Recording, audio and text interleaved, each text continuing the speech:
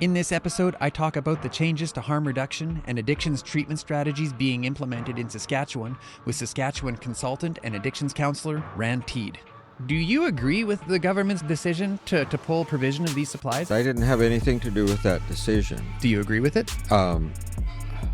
Rand works with the ROSC Solutions Group, who is working on redesigning the addictions continuum of care in Saskatchewan. Yelling about the past isn't particularly useful. I think it's much more useful to figure out, okay, how can we speed things up? Join us for this conversation about everything from clean drug-using supplies to coercive addictions treatment to the benefit or futility of regulating our currently toxic drug supply. But the other level of harm to the individual that nobody seems to be talking about is the level of harm that the substance use is doing. Smoking anything isn't healthy. Yeah, especially if you're going to get HIV. What's up, everybody? My name's Dan, podcaster, keynote speaker, and advocate, and this is Hard Knocks Talks, your addictions podcast. Now, let's jump into my conversation about addiction in Saskatchewan with Saskatchewan consultant and addictions counselor, Rand Teed. This is Hard Knocks Talks. You were featured in an article a little while ago, and we have lots of topics to cover today, but one of them that's really standing out to me, and it's very topical in the media right now, is around the Sask government pulling provision of clean drug-using supplies. And in this article, you mentioned, and you used the word not necessarily or something like that, so it left it a little bit open-ended, but you were sort of alluding to how the provision of these supplies could be sending a message that we don't really care about the people who are out there suffering now. Can you unpack that for us? Sure. So, number one, I am absolutely not opposed to harm reduction. I think harm reduction is an incredibly useful tool. I've used it myself for years working with kids. Mm-hmm.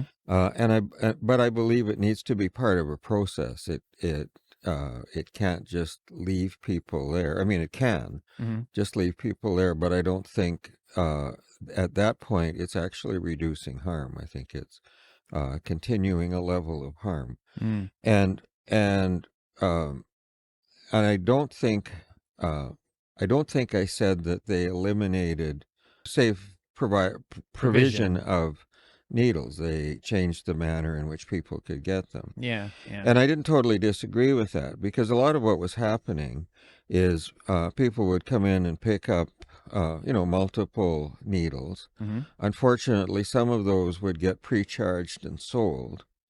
And so then, you're taking away someone's capacity to come into a site and interact with a healthcare professional who might be able to help them move a little bit.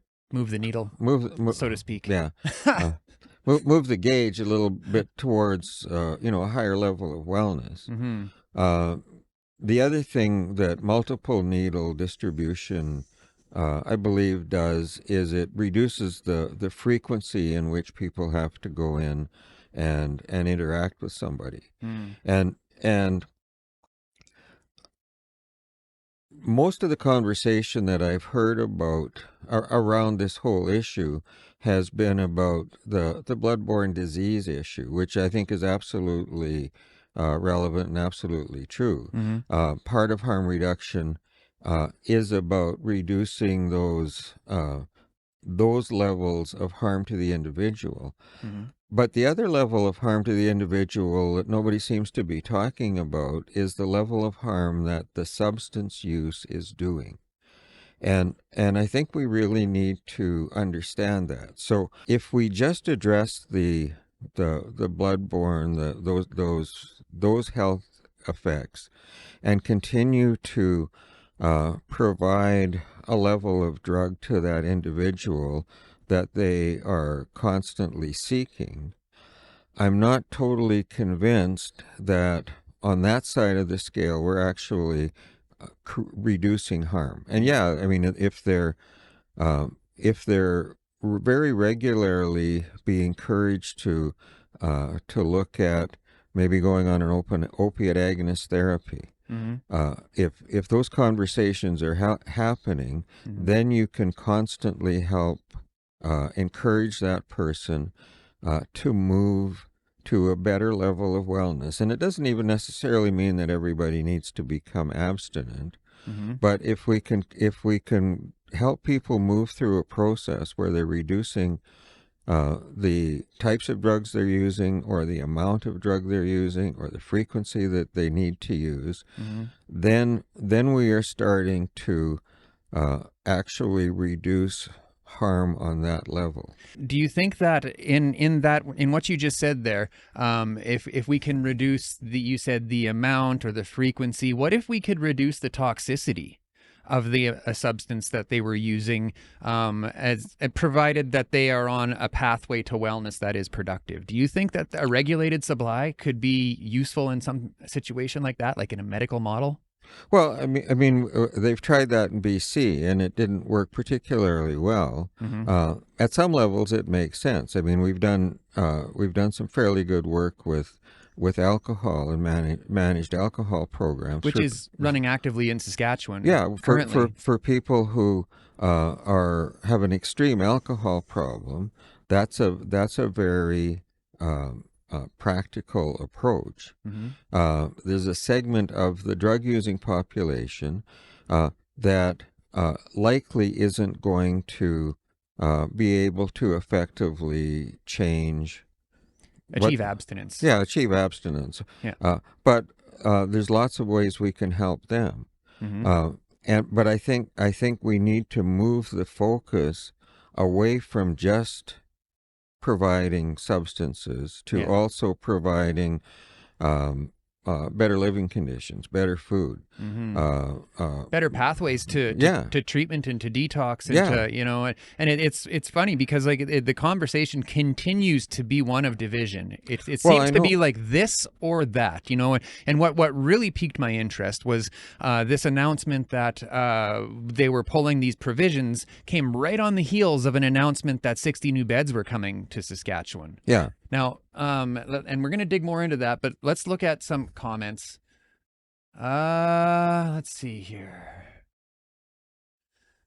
Barb F, you knew she was going to chime in. I think we both knew that. I would be disappointed if she didn't. Ooh. Barb says, does acquiring HIV cause a stress response? Does being shunned away from services cause a stress response? It's hard to gauge the level of harm being discussed here. All sorts of things cause a stress response. So if the services that are provided are compassionate and caring, and very, very regular, then that level of connection can help a person change. Mm-hmm. So we're talking about needles as though it was the only thing affected by this decision, and in fact, we're talking about they're pulling the provision of clean smoking supplies like crack pipes and meth pipes, and they're even pulling the provision of alcohol swabs for people who are using intravenously. I didn't see that, and I certainly don't agree with pulling alcohol swabs. I think that's an important piece of what's going on. So yeah. If they're doing that, I didn't see that. Yeah. Well, I heard that from someone who I trust, and I didn't see it on paper. So maybe a mistake has been made there. But so how do you think that pulling these provisions is helping the situation in any way? I mean, I don't ever remember when I was smoking meth. I don't ever remember coming to a place where I thought, like, oh, I can't find a clean pipe. I guess I'll quit. I guess I'll call Rand, and this is the end. So what does that, how does that compute in your mind? Well, number one, I had nothing to do with those decisions. I wanted to make that clear. Okay. And I didn't know about them until I heard about them. Mm-hmm.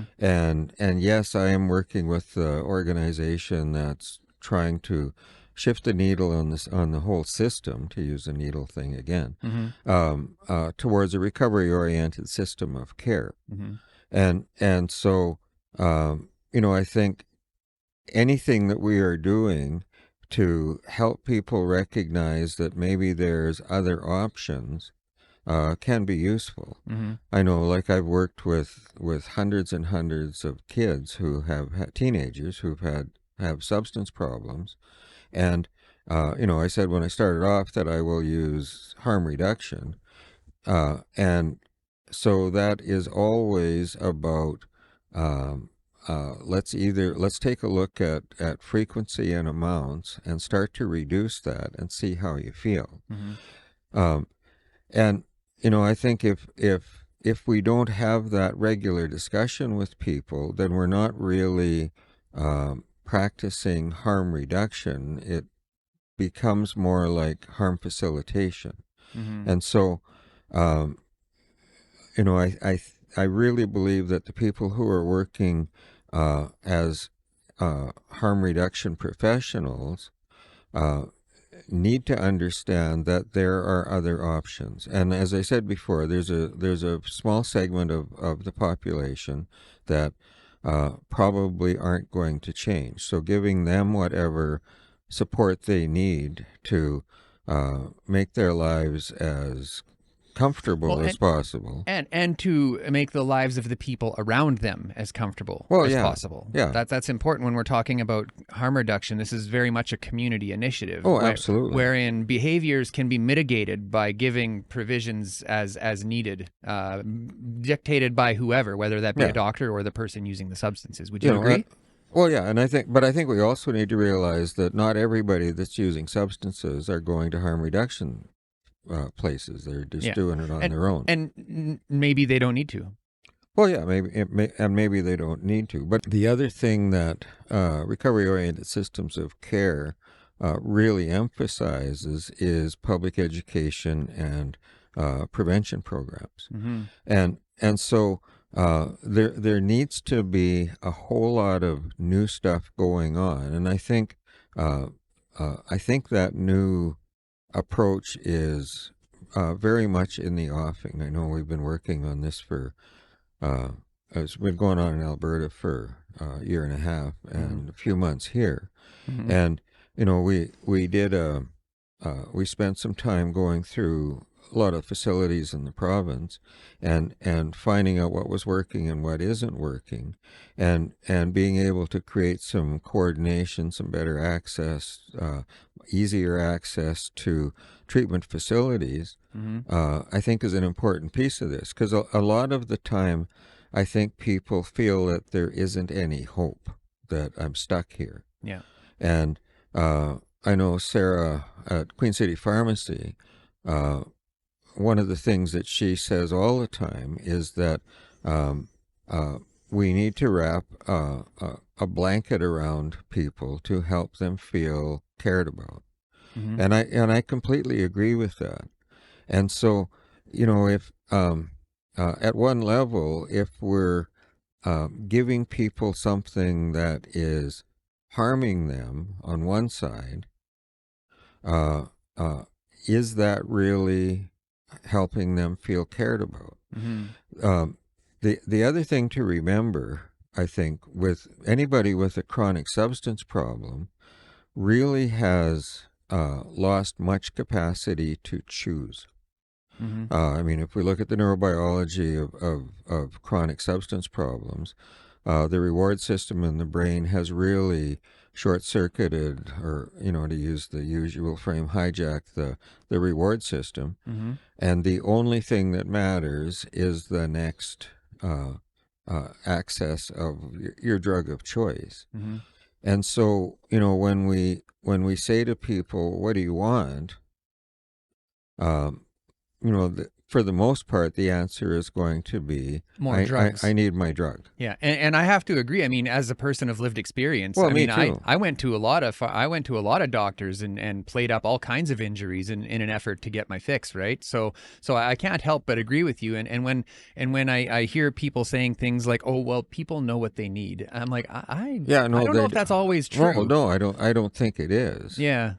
And I mean, most people know I'm a person in long-term recovery, and I think that lens makes a difference. And so, if you haven't really understood how much choice you have lost, and the power and the freedom of getting that choice back, is a really beautiful experience. Can also be really scary too. Well, yeah. Yeah. I mean, with freedom comes responsibility. Yeah, that's terrifying. Yeah.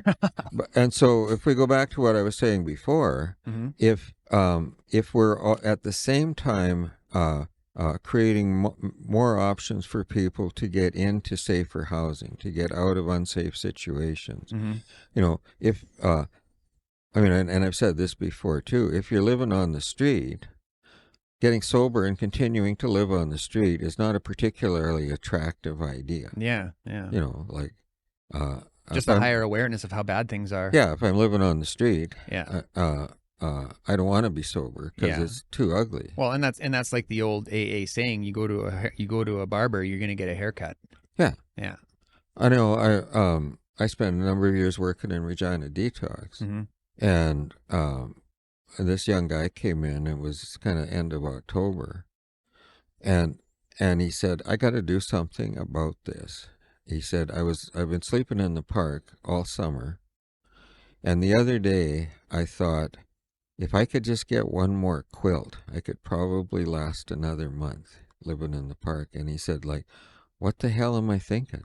Mm. Like, I need to get out of this.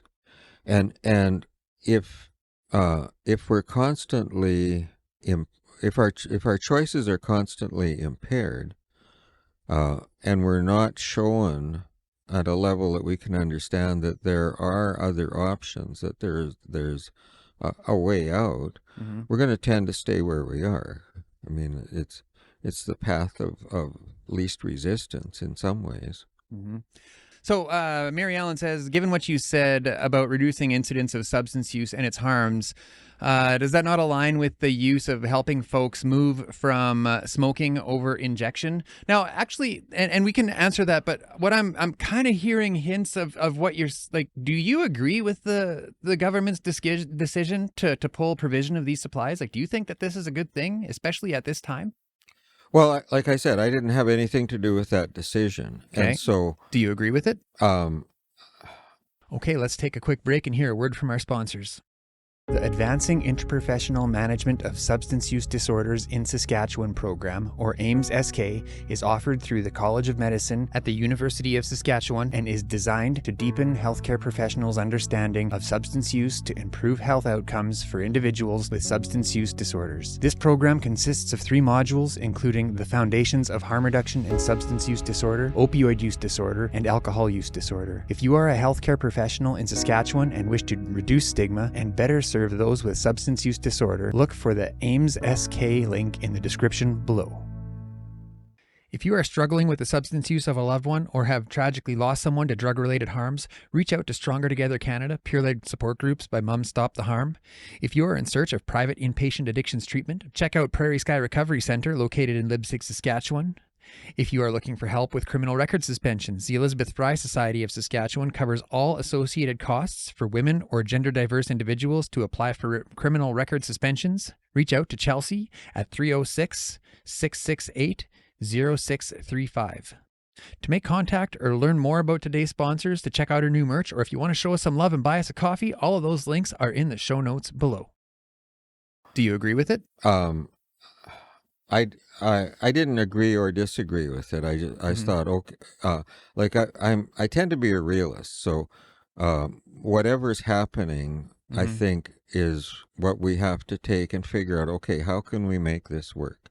You know, and I do that personally too. If something happens to me that I don't like, I mean, I can whine and snivel about it all I want, or I can say, okay, what is this trying to teach me? What can I learn from this? How can I make this work for me? I mean, the Buddhists say that all suffering is an invitation, and so and certainly the people on the street who are accessing harm reduction, they're suffering.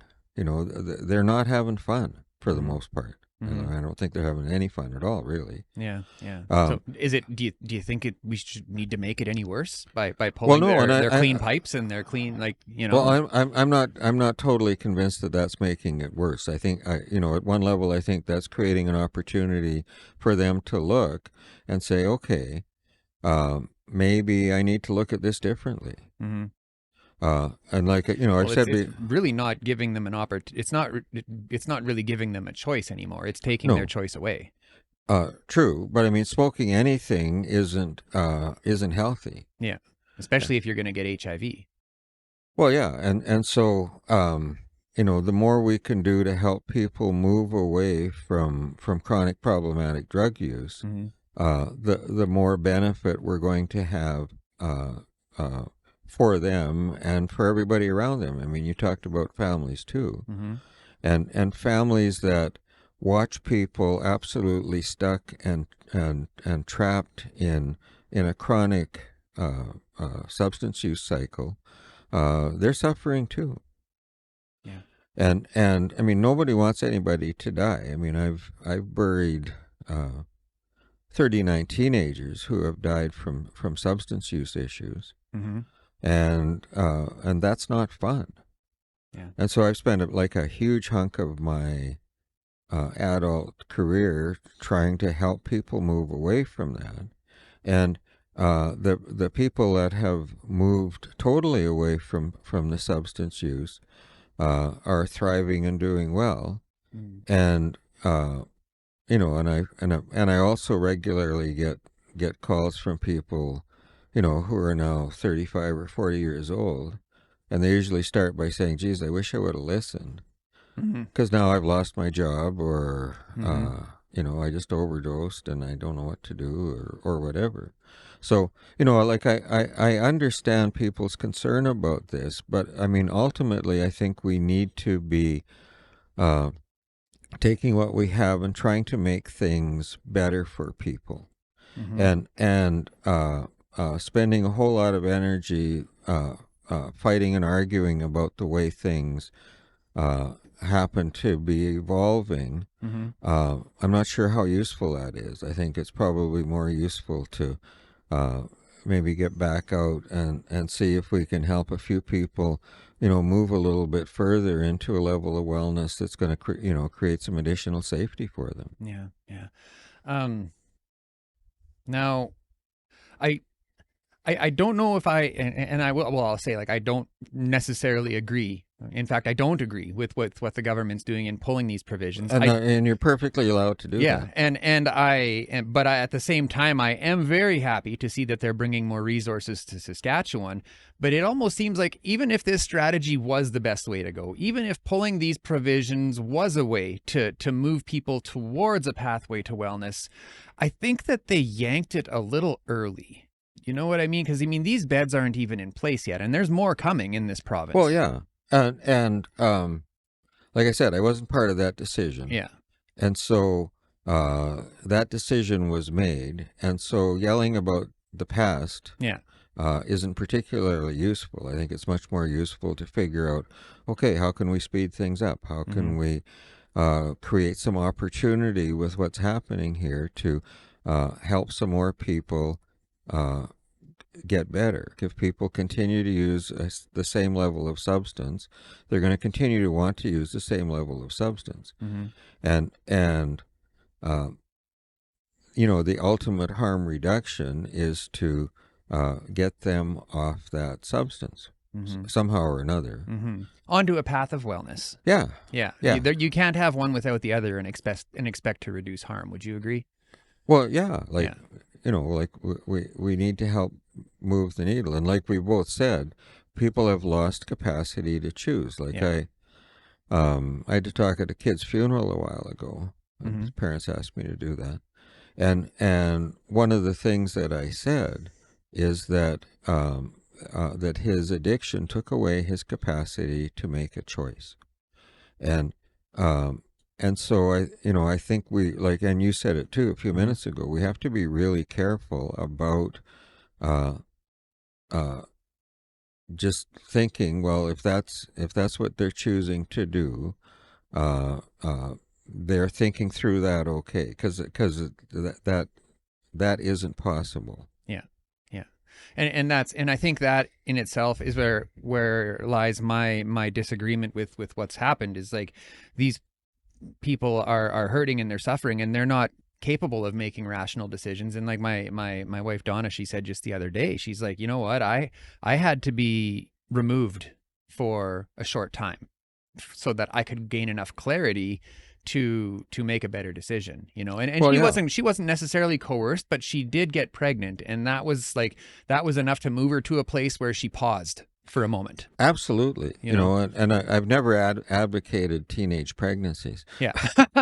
Yeah. But Rand's like, I found the answer. This is it. But I've seen a lot of kids like totally turn their lives around because they got pregnant. Yeah. And they had to stop their substance use. Yeah. And I think that's a really critical piece, because unless you stop the substance use for a period of time so that your brain stabilizes, you can't see that other side. And it's not that you don't want to see the other side, Yeah. but you just simply cannot see that other side. You can't see past the survival.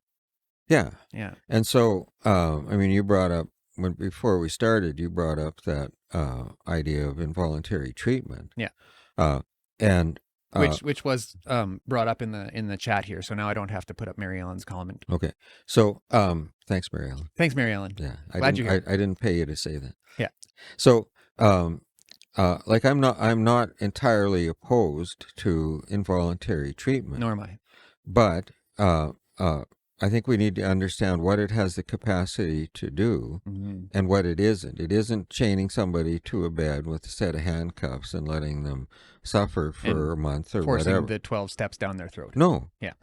It's putting them in a situation where they can be safely substance free with whatever medical assist is required, whether it's Suboxone or methadone or a variety of antidepressants, whatever medical support that they need for that. But I think the absolute critical piece while that is going on is to help them figure out what underlying trauma was there that started the substance use, and providing some trauma therapy. And that's not going to happen in a week. I know we've got a youth involuntary detox program in Saskatchewan, and most of the clientele that go in there are in there for 5 days. And I mean, it can be a little bit of a wake up call. I mean, 5 days, man, like that. Yeah, I mean, you're setting people up to fail and increasing their chance of overdose, really, if you're just turning them back to the wolves after 5 days. Well, yeah, and probably the biggest issue for teens is cannabis, and there's limited overdose issues with that. There are some, but it's very limited. So if we can help people separate themselves from the substance long enough that their brain clears, then we have returned much of their capacity to choose.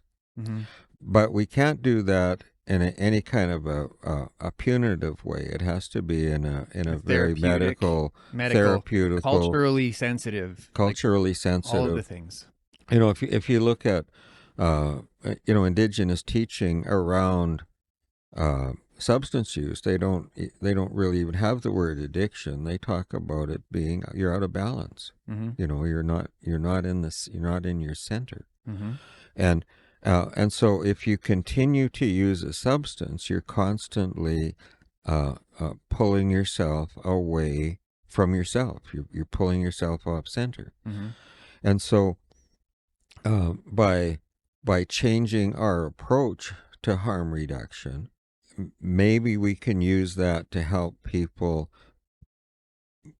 get back towards a center which is comfortable for them. But if somebody has a significant trauma load, just taking the substance away, all that's going to do is allow them to feel this trauma, which has been driving their lives for a long time. So it needs to be coupled with some very intense emotional and spiritual care for people. Yeah. And I don't think that as a province we are ready to provide that care in a timely fashion.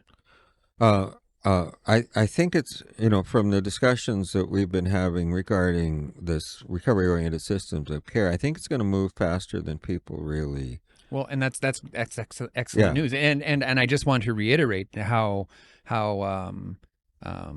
I guess, pleased or how happy I am to hear that the needle is moving in that direction, because for so long it really sort of stagnated. Yeah, I mean, one of the big pieces that we want to institute fairly quickly is therapeutic communities in the jails, so Okay. that I mean, that's a significant risk issue for anybody who's been in jail. Mm-hmm. You know, the percent, and everybody knows the percentage of people who are in jail and having a substance use disorder is ridiculously high. Yeah. So, if we can provide proper longer term substance use and trauma therapy for people while they're incarcerated, Mm-hmm. like actually rehabilitate people, which is what jails have said that they do. Mm-hmm. You know, for in like a 2 or 3 or 4 month program, Mm-hmm. and then create some transitional therapeutic community outside of jail so that they can continue the treatment that's going on. Then we're creating a huge pocket of hope for people. Mm-hmm. Because like, I really don't believe, for the most part, that there are bad people. Mm-hmm. There are people with substance problems who change. That changes their motivations. It changes their drives. It changes it actually doesn't change what they care about. Mm-hmm. It eliminates their capacity to care about anything other than Mm-hmm. kind of what they need next. Mm-hmm. And so, I think the whole thing, I think, really creates a much more compassionate society with an awful lot less stigma, and that stigma piece is a huge issue. Mm-hmm. Like, I watched people close to me die because they didn't want to admit, if you want to use that word, that they had a substance problem. Yeah. They looked at it as a weakness because that's kind of how they had been taught that was. Mm. And so the better job we can do about two things: educating people, right across the board, that this isn't a bad person, a weak person, a morally inept person, or anything else. This is a medical issue. Mm-hmm.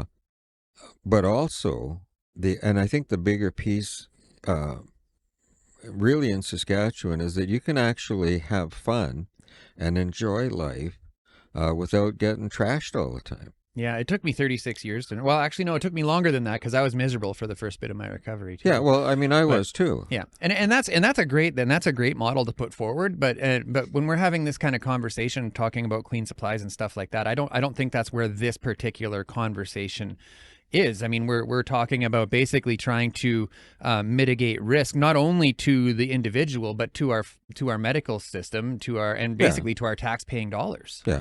I guess But we really mitigate risk by reducing the amount of substance that's getting used and the number of people that are using substances. Mm-hmm. And so that needs to be a very focused part of what's going on. Mm-hmm. And I mean, I don't know, like I said, I don't know why they made the decision that they made, but that's the decision that was made. Mm-hmm. And, are you happy that people are advocating against it? I'm not sure. I'm not sure that it wouldn't be. I think it would be more useful to figure out how we can make what we have work, rather than. You don't think that You don't think they're going to bring it back, no matter how I have loud no we get? idea. Yeah. It's way above my pay grade. Yeah. But like I said before, the situation we have is the situation we have. Mm-hmm. And so if we care about the people that are affected by that decision, Mm-hmm. Standing and jumping up and down and yelling about it, I don't think is, immediately going to help the people that are being affected by it. Mm-hmm. So that energy, I think, would be much better spent getting back in the trenches and figuring out how to get those people more engaged in making the best possible use of what they have. Mm-hmm. So, I mean, there's still all of the, the harm reduction supports are still there. Yeah. Uh, uh, whatever safe injection sites we have are still there. Mm-hmm. There are still, all the access to medically assisted, opiate assisted therapy, medically assisted treatment. Mm-hmm. There's a bigger push on the medications that help with alcohol problems. And as I indicated with that one chart, like alcohol is still a bigger problem than this is. Mm-hmm.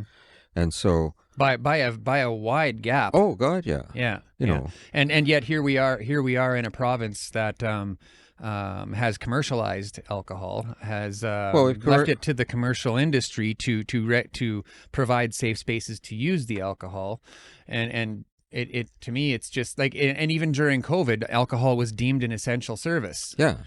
So and now they're pulling pipes. So yeah. No, so there's a ton of work to be done to re-educate people's priorities about what's going on, and they legalized cannabis, and that significantly increased the access that teens have to cannabis and higher potency cannabis products. So you don't agree with the legalization of cannabis then? Well, I don't care whether it's legal or not. Yeah. But there's not nearly enough education about it. Yeah. Do you think there's enough regulation? I don't think regulation really makes any difference. How so? Well, people will get what they want, and as soon as you, if you go back to alcohol prohibition, there were some societal problems related to alcohol prohibition, but there were way fewer health problems related to alcohol prohibition, other than people are getting shot. With the way things currently are right now, like, and you've said it in the past on this show, you say you can't take something away without giving something back. And in fact, I quote you often having said that, because it's a wonderful concept. Now they're taking something away. What are they giving back to the people that they took that away from? If there's somebody standing there saying, okay, well, here's something to eat, and we can help you get into a safe housing situation, and we're going to help you get into some trauma therapy of some sort or another, so that whatever demon's been chasing you around for however long it's been chasing you around, that can relieve that emotional pain that you've been running away from, then we are significantly reducing harm.